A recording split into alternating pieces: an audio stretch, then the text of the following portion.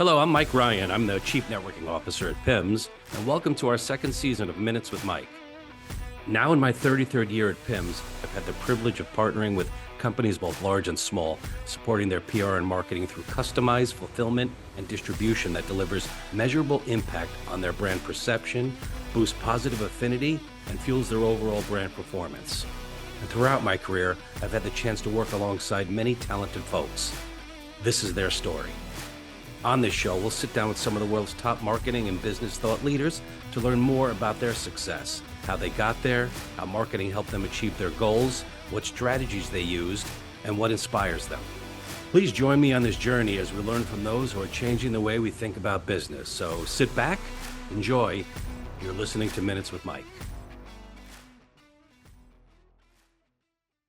Welcome, everybody, to our latest installation of Minutes with Mike. Today, our very special guest is Mr. Brandon Ford. Brandon, welcome. Hey, welcome. Thank you. I like to do the intros at the same time I make the connection of how we met. And I don't think I've ever shared this with you, but we met. We were both attending an event called Inacos. Yes.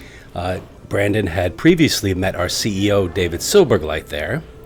And as Dave was telling me about the folks that were at the event and how great it was, he mentioned that there was one guy who just commands an audience. Everywhere he goes, it's there's a line of people waiting to talk to him. I'm like, this is the guy I got to meet. He also told me, and I want to make sure I got this quote right, this is the guy that has more letters after his name than in it. So I'm sure he'll appreciate that I included that. So I like school. I like learning. In meeting Brandon, besides his wonderful good looks and his very debonair dress attire, which I'm a button shirt guy in jeans, and he's always dressed to the nine. Well done. Let's just jump right into it. Sure, absolutely. So we want to talk a little bit about Brandon Ford and who you are and where you come from. So born and raised in Akron? Akron, Ohio. So home of LeBron James. That's our claim to fame, and actually Steph Curry too. See that? I would put you above those two, but that's just me. Thank you. I appreciate that. Yep. Educated at Case Western and the University of Akron. Yep. And fascinating how you started your collegiate career as a nursing major. I think you got your degree in nursing. Yeah, I got my degree and I have my license in nursing. Now, where did that love come from? It was interesting because I went to school to become a biomedical engineer.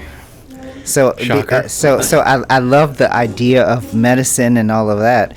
And then what happened was I got into all of the medical and scientific and all of that things that were associated with it, and somebody, a friend of mine who I love dearly, said, "You should be a nurse," and I said, "Nope." But they were like, "No, you really should, because all of the things that you need to do and that you want to aspire to do are captured in nursing, and you will always have a job." That's true. So I was like, okay, well, so when you said I will always have a job, so you got me there, right? Sold. But something shifted because you also have, I believe from Akron as well, your law degree, and just as a toss-in, an MBA in finance. Yeah, so once I got to law school, I recognized that there were opportunities. I shouldn't call them opportunities. That's not the right word. There were situations in which patients were being unfairly or I just felt like I could make a difference if I understood what the law said about the situations that were happening around medical procedures and medical malpractice. So my desire was just to do that. My desire was to say, hey, I can take my nursing degree and just do medical malpractice. Support folks. So I that was how it landed. and then I landed at a law firm that was doing mostly medical malpractice, but they were doing it on the plaintiff side. So, on the side of the person who was being accused. And doctors and nurses were very important to me too, because you practice medicine. Well said. Well said. Any one of those, including the MBA in finance, is a absolute full-time job, well above my pay grade. But you mentioned a friend earlier who kind of nudged you into the nursing arena, and I'm sure there's been other mentors along the way, whether it be through school or through home, friends, family, whatnot. Yeah. Talk to me a little bit about that. Who sort of helped you ground where you were, where you wanted to be? You've made a couple of different choices along the way, so tell me how that. So one of my best friends at the time, I was studying to do biomedical engineering, and I had to take all of the same courses to do biomedical engineering that I need to do nursing. And he was like, "You should just major in nursing." Because the reality is biomedical engineering is exciting, but are you gonna find a job at the end of that? Yeah. He's since passed away. He was a really wonderful guy, but he really encouraged me to think about nursing as a career, which I had never even. It was never a thought in my entire mind about trying to be a nurse, thinking about being a nurse. So he did that, and he was a mental health nurse, and his passing, of course, is So I won't talk about that, but he got me in it. And he said, "Hey, this is where you should be, because you relate to people, you talk to people, you are learning how to connect with people, and nursing is a wonderful way for you to continue to do that." And what I found is that when I got my law degree and when I got my MBA. So my law degree requires me to go out and represent people, right? My MBA asks me to go out and represent businesses. All of that made me say, okay, I can now take a step back, and I can look at a business owner and I can say, I know what you're telling me. And I know what I'm talking about. But I know what you're not. But I know what you're not telling me, because you don't want to. Because maybe it's embarrassing. Maybe it's frustrating. Maybe it's a space that you don't want to wrap into, so to speak. So for me, touching those points to be able to say, I get it. I had failed businesses. I've worked with people that have failed businesses. I've worked with people that have super successful businesses, and they don't know how to manage them. And both of those two things are okay. Yeah. They're both okay. Because when you fail at something, it teaches you that is right. What you need to do better, what you need to do next. I shouldn't say better. What you need to do next. And when you succeed at something, it teaches you, hey, I got something that I really want to grow, and how do I make this into something else? How do I multiply it? That's a important business feedback, but it's also a life situation too, right? Like, of course, you're going to fail as you go along. I have My youngest child is off to college this year, and I Yes. just had for the 50th time that conversation about, listen, what you plan on doing might not be what you end up doing, but there's going to be a lot of ups and downs along the way. Like I remember seeing some cartoon online the other day about what you expect as a child life's going to be like, where it's just an arrow going straight up, and what it really is, and it's like that tumbling squiggly line. 100%. So you shifted gears yet again, and all those Scenic route. all I that call it the education. scenic route, not shifting gears. I call it the scenic route. Well, better said. Oh, better sorry. said. Led you to Lubrizol, where you are Yes. or were the chief accelerator. Now, Yes. Yes. I pride myself on some of the research I do for some of the guests here at Minutes with Mike. I don't have a clue as to what the chief accelerator does. So please tell us, Lubrizol is what, and chief accelerator does what there. So Lubrizol is a specialty ingredient manufacturer, and what they focus on is creating ingredients that go into a lot of what we use as a part of our daily life. Whether it is skincare or hair care or bath and shower, it could actually be automotive related products. One of the CEOs would say, "Hey, I could walk through your house and I could probably pick up 16 things, 15 things, whatever, that had Lubrizol ingredients in them." But my focus was on beauty and personal care, and that was a really exciting space for me. I tell people, my boys, when people say, "Hey, what does your dad do for a living?" so they say, "He plays with makeup all day long." Right? It's fun for me. I'd never in my life thought that I would spend my life in the beauty industry. But now that I'm here, I can't actually visualize myself in another space. It's funny how things work out like that. When you say that story, it's so funny because so I've been with Pims for 35 years. I've been married to my wife the entire time, and if we called her right now and asked her what Pims does, because 35 years deserves a clap, right?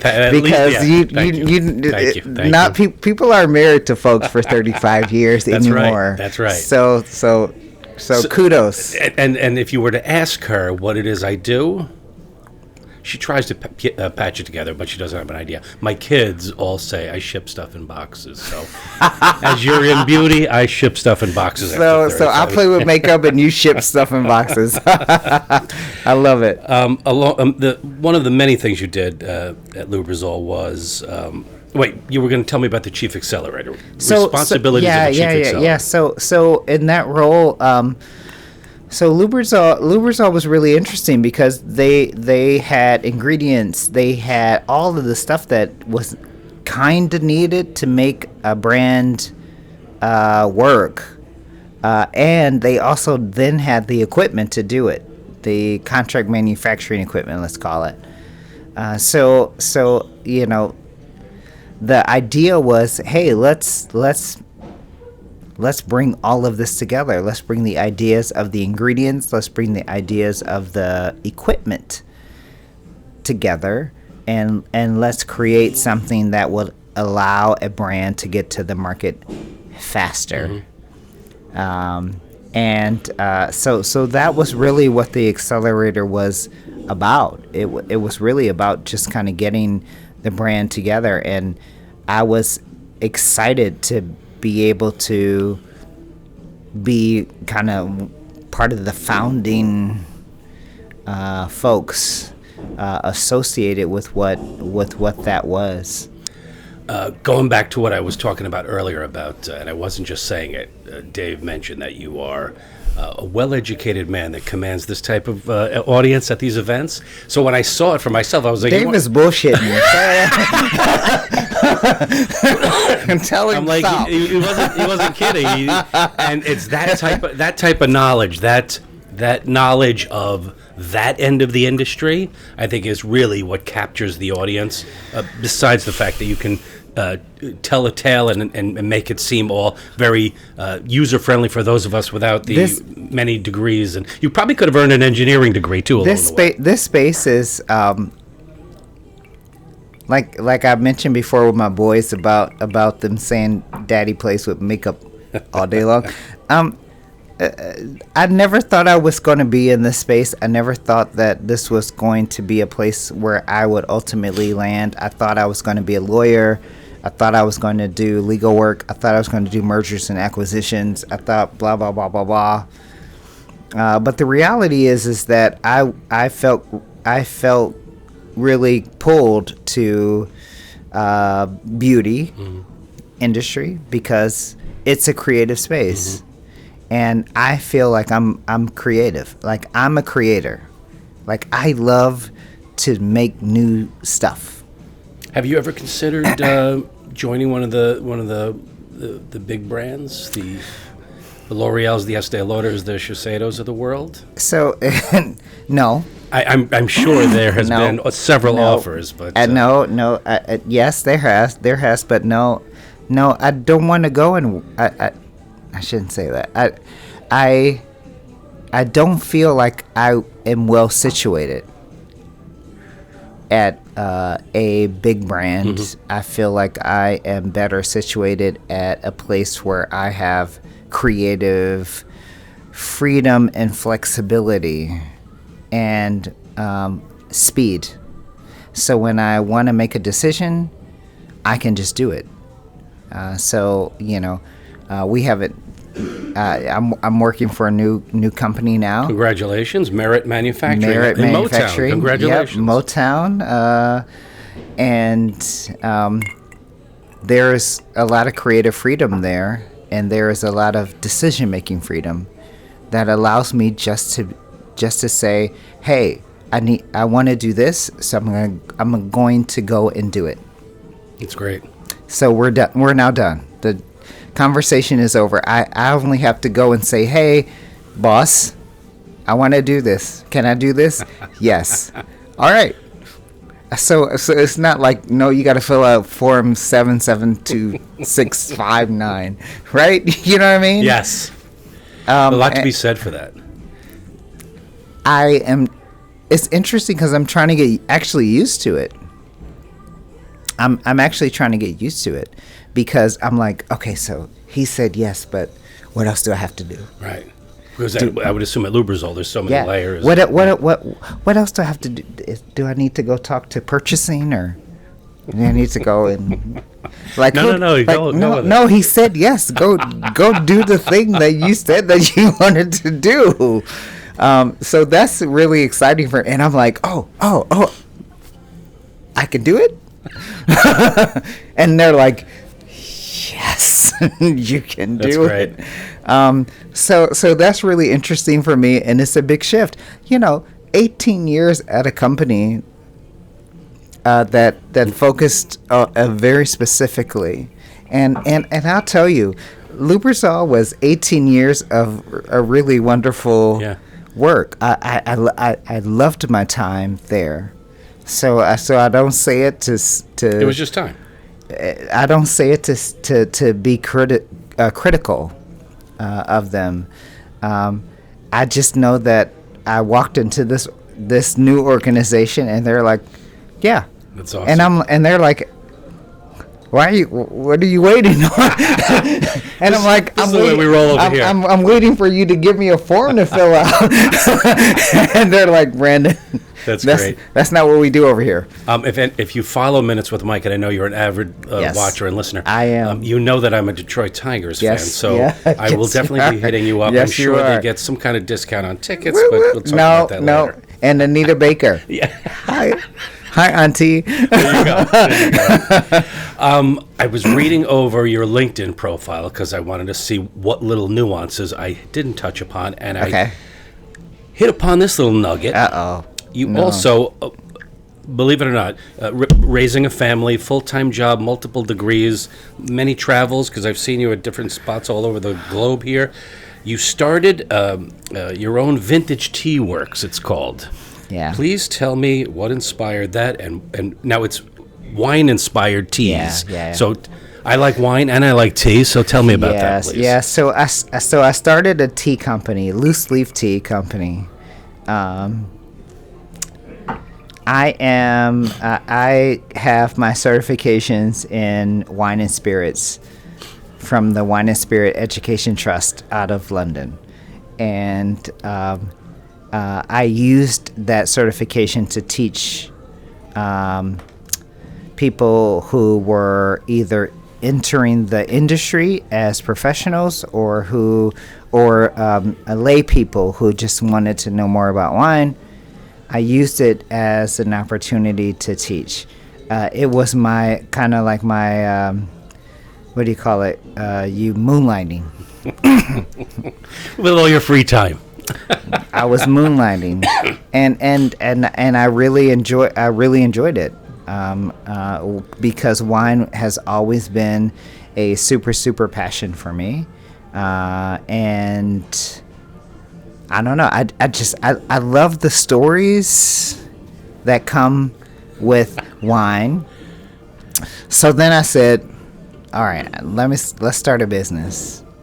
And I was like, well, I'm not starting a winery because it's too much money and too much time. So I thought to myself, can I create something else that has story behind it? The same richness of story behind it. And tea actually does. Like tea has if you take the time to research tea has a story behind it that is actually very rich. Maybe not for non-Americans, non-U.S. folks, but there's a story there that is really interesting, and so I was just like, all right, I'm gonna do tea because I don't have to be there all the time. So somebody can tell the story for me, blah blah blah. So so we started a loose leaf tea company. It's called Vintage Tea Works. I'm not involved anymore, but we started a company and we were doing tea that was inspired by the big 6 grapes. So there are big 6 grapes. They call them the big 6, and there's 3 reds and 3 whites: Chardonnay, Riesling, Sauvignon Blanc. On the other side, there's Merlot, there's Cabernet Sauvignon, and there is Pinot Noir. I design wines, I design teas to mimic them, because not everybody wants to drink. Not everybody wants wine. Not everybody wants alcohol. So I designed them to be that space that people could show up and they could feel like they were a part of the party that was happening, right? You know, because alcohol is a big part of our parties and our social. Yeah. They could be a part of the party and they could do these types of things and not feel left out because they were drinking water. Or Coca-Cola. If you ever decide to get back into it and do a bourbon-infused tea. You're a rye fan. You're not a bourbon guy. You're a rye. I love rye. Yeah. So we did a chai tea that was bourbon inspired. And it was a wet formulation, meaning that when you opened it up out of the pack, it was a little gooey. It wasn't like dry tea that you would take out of a bag. It was a little gooey, and it was because it had been coated in honey before it was packed. And interesting about honey, you probably know, is it's a natural preservative. And it's a natural sweetener.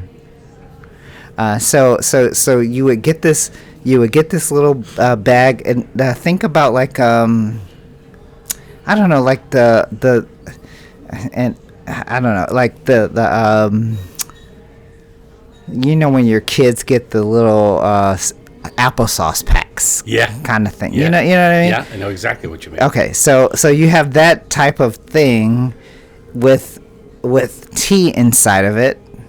There's no little spigot on the top. It's just a rip off. You rip off the top, right? But it's sticky, and you just scoop out a little, and you put it in your Delicious. I think I thought it was delicious. If you're watching this podcast, you're Sorry. getting the feel of like why Brandon Ford is on my desert island guest. Like if I'm Tom Hanks and I'm stuck on that island, my God, and I'm like, your hello, desert island. I pray that it's you on the other side of that tree that's with me, because I would never run out of time just listening and gazing. Amazing. Let's get into the meat and potatoes of recent events here. All right. So yes. Brandon was recently, a few months ago, elected County Councilman, District 5 of the County of Summit, Ohio. That was the recent event. Did I get that right? No, go ahead. Let me repeat that. County Councilman, District 5, the County of Summit, Ohio. Yes. Congratulations, sir. Thank you. So tell me, a county councilman, what are the tasks that you need to perform on a daily, weekly, monthly basis? Yeah, so how big is the area? So I cover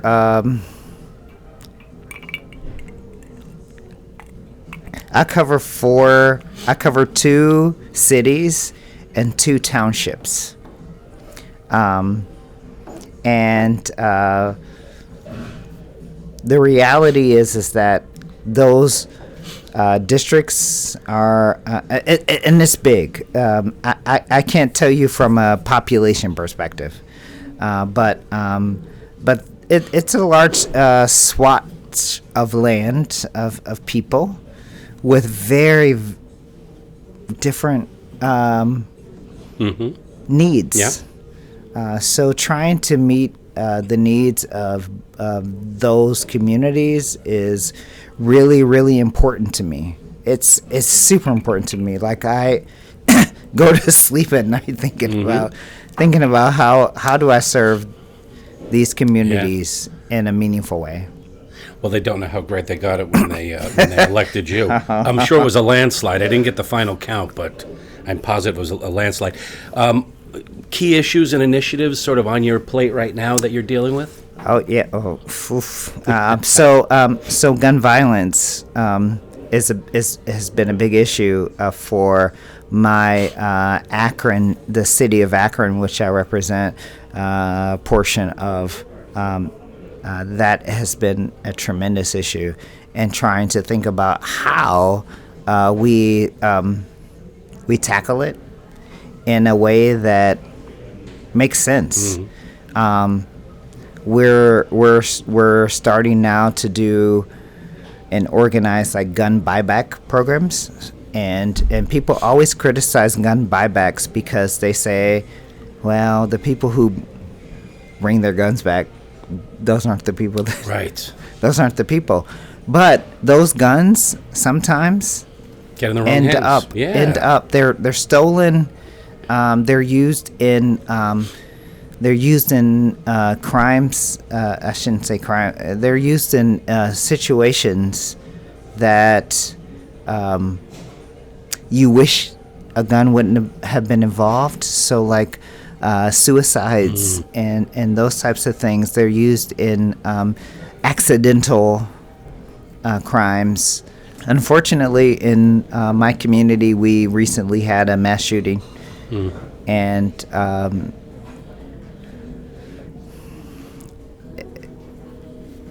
it was hard because Akron, Ohio, which is where I grew up and became who I am.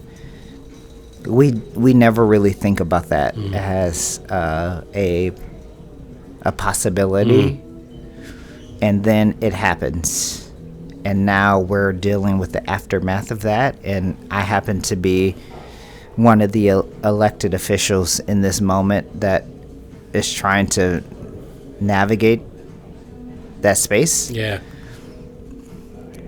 How we deal with that, I think, is really super important. I sit on county council, there's city council, so I represent the county, not the city, right? So there's a space where I land and have authority versus the city where it actually occurred. But we're working through it. We're looking at things like Ring cameras. Like, I love our community because all of our elected officials and our religious leaders and other community leaders, they show up and they talk about trauma and healing and talking about it. But then the practical, and I shouldn't say practical because that's probably not the right word, but there's a part that shows up that says, no, I want to feel safe. And me talking about my trauma doesn't necessarily make me feel safe. So we've been doing, we're organizing, and the community has been organizing Ring camera distribution. We'll give you something that can make you feel physically safe, to make you feel secure. So you can put a Ring camera in your house, and it's free. And you don't have to give the police your data, but if you do, maybe it might help solve a crime. Because that's a whole nother thing, too. You have to deal with the fact that, certain folks that either crimes have been committed against or are neighbors of those folks, they don't want to... I don't want to get involved. I don't want my face out there. I don't want my name out there.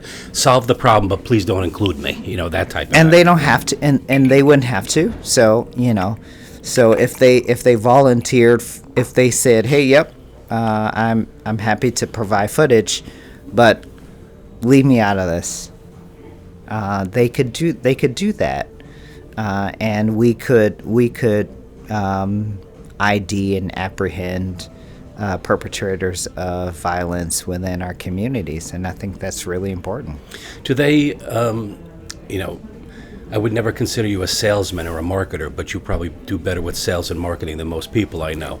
I'm also going to assume that you have to do a fair amount of networking when it comes to, local companies or, private sector donators. Like, how does that work too? Like, I'm sure there's fundraisers and stuff, but do you have to reach out to them to see if they would sponsor this, or do you sponsor bills at that level? Like, how does that work? So yeah, I mean, it's like private sector gets involved, and they put their money where they feel like their interests lie. Right. So all I tell people is pay attention to where you spend your money and where they spend theirs, because it's important. It's important. It's true. It's important because there are brands and companies, private sector, that put their money. They say, "Oh, we're gonna do a picnic for y'all.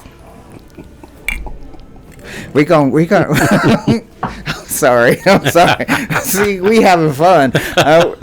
We're gonna do a picnic for y'all over here in y'all neighborhood, and we love you. We love you. Y'all great. But then they're gonna go and give money to the politician whose thoughts and ideas and things might be in opposite to what that particular community actually needed. So I've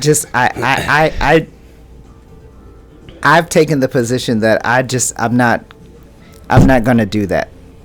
Well, Governor, Senator, President Ford, I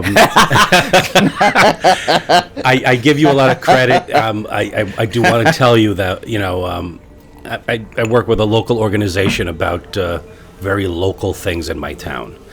And it has everything to do with sports and the school district, and it is microscopic in comparison. And I lose sleep over some of the conversations and arguments. And every day I'm in the supermarket and somebody points at me and they're like, "How come you said and you think, and why don't you do this, and you got to do it?" That's me with this. You have, among all those hats you wear, you also have to deal with these issues. So I give you a tremendous amount of Thank credit for sticking to what's important to you in your heart, and then going through this whole election process to get in there and to make a difference. I'm trying to stick to what people ask me to stick to. I knew what I told people that I was going to do. So I'm trying to stick to what I told people I was going to do. Like I have a bunch of ideas in my head that I want to do. They're all going to get done. I feel it. But I'm sticking to what I told people that I was going to do because I think that's really important. Will you continue? Yes, I think so. I think so. I hope so. I think so. Brandon, it brings us to the part of the program with my lightning round, I like to call it. I'm going to put on the glasses for this. So I did not share this with you. What's your name, sir? Jarrett? Jarrett, come over here and do this lightning round for me. Jarrett's been through many lightning rounds. So this has to do with maybe the latter part of our conversation with being a public figure. Okay. These are all this or that type, whatever pops into your head. This or that. Okay. You can give me an explanation, or you could just leave it at face value. Are you ready, Brandon Ford? I'm ready. Go. Public transportation or road infrastructure? Road infrastructure. Property tax reduction or sales tax reduction? Property tax reduction. See, they're coming fast and furious. Historic preservation or new development? Historic preservation. Increased police funding or social services funding? Oh, It's a tough one, right? damn it. I'll give you one pass. You want to pass on that one? I want to, because I like them both. I'll give you that, both. Right, okay. Recycling programs or energy efficient initiatives? Energy efficient initiatives. What do you prefer, live town hall meetings or online surveys? Live town hall meetings. Bike lanes or sidewalk improvements? Bike lanes. Couple more. Go ahead. You want to switch that one? No. I live in a community that needs some sidewalks. Put that on the agenda. So yes. Put that on the agenda. But no, yeah. I'll stick with my first response. All right, go ahead. Affordable housing or senior housing? Senior housing. Public libraries or community centers? One more time. Public libraries or community centers, if you had to create one. Community centers. And lastly, job creation or education improvements? Job creation. Brandon Ford, it has been my pleasure. Thank you so much for Mike. being our guest of Minutes with Mike. This has been great. This has Sharing been a fun. drink with one another here in New York City. Thank you so much. At the Moxie Hotel. I told him I would throw that out there. This has been great. Best of luck. Keep in touch on these initiatives. We're looking forward to seeing more things from you. Thank you. I appreciate it. All right. Thanks again. Hey.